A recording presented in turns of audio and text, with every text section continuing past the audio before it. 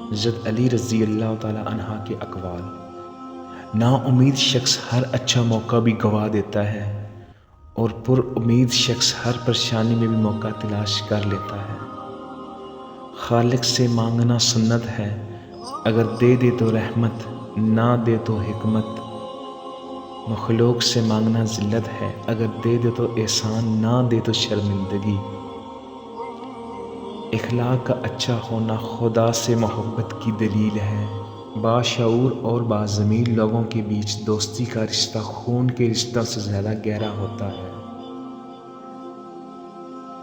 مخلص دوست کے اندر اتنا پیار چھپا ہوتا ہے جیسے بیج کے اندر درخت۔